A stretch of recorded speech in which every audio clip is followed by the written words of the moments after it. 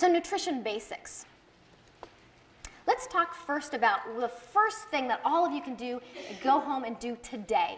You can look through your cupboards, you can look for these additives, and you can avoid them, and you can take them completely out of the diet. And this is great for all of your children and everyone in your family.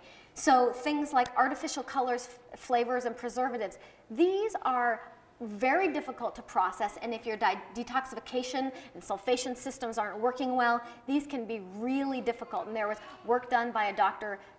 Ben Feingold in San Francisco, where we are, back in the 70s, who did research on this and saw that these ingredients were creating hyperactivity in children. And then more and more we're learning that they can create migraines.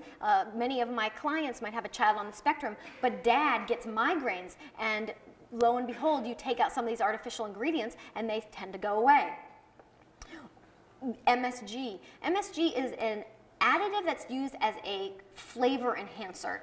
And so it can say no preservatives on the package, but if it's not a preservative, it's a flavor enhancer, so it gets a little sneaky. And the big challenge with these foods, these are in things like anything that tastes meaty or cheesy, and some of the biggest offenders are the artificial meat products, like the vegetarian type meat products, as well as any kind of sauce, gravy, stock, chicken stocks, soups, very high often in MSG. And companies don't want you to, they know people don't want MSG, and so what they do is they hide it under names like hydrolyzed vegetable protein, or hydrolyzed soy protein, autolyzed yeast, yeast extract, those types of things. And so you may not even be aware unless you're aware of these ingredients. And the big problem with these ingredients is MSG is monosodium glutamate.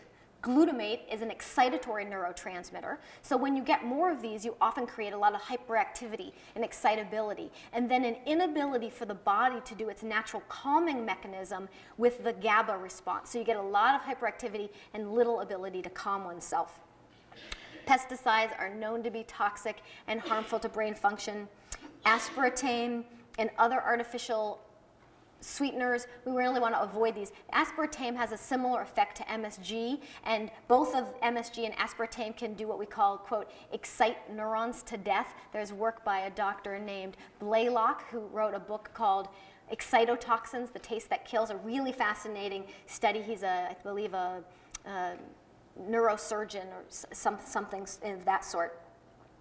Trans fats, getting rid of these trans fat, these hydrogenated fats, and we're going to go into all of the good fats and the wonderful fats we need. And these trans fats really compete and do a lot of harm to all those good fats we're trying to take in.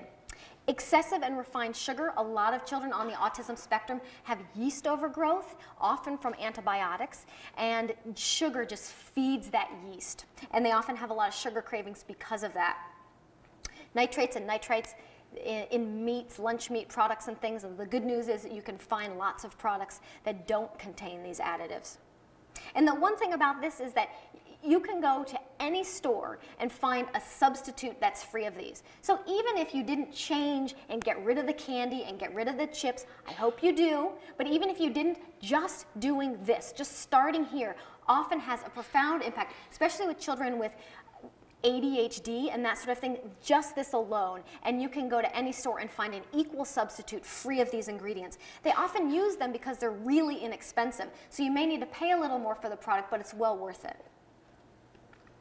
A healthy diet. So a healthy diet is going to be whole foods, unrefined, unprocessed. So when I think of that, I think of how, you know, when you think of a food, did this come straight from the farm? Is it a tomato that I can use in something? Is it a whole grain that I can make something with? Or is it highly processed and packaged and refined and sitting on the shelf for a long time? Organic, if you can get, any time you can get organic, it's really beneficial. And if you have trouble finding certain organic things, there's a list of, quote, dirty dozen that I believe it's the EPA puts out. It's in my book as well, of some of the most important ones, like strawberries, to really find organic, some of the ones with the most pesticides. Fermented foods, this may be new to some people. Fermented foods are things like yogurt, the lactobacillus, that good bacteria that populates the gut and really helps with digestion. That's a pretty common one. But if we're not doing dairy, where else do we get those probiotic sources? So we're going to talk about that. And then the quality of meat. What I feel is, I study what I call holistic nutrition, a way of looking at the quality of the food, of the good nutrients in the food and the avoidance of certain toxins. How can we get the body to function optimally? And quality is essential. It can make the difference between a healthy food and an unhealthy food. And we're going to talk about good quality meat and things like grass-fed or pastured animal foods. We're going to talk a lot about good fats. Good fats are essential for the brain as well as pretty much every system of the body. And then a healthy diet is one that's free of food intolerances, and we'll get into that as well.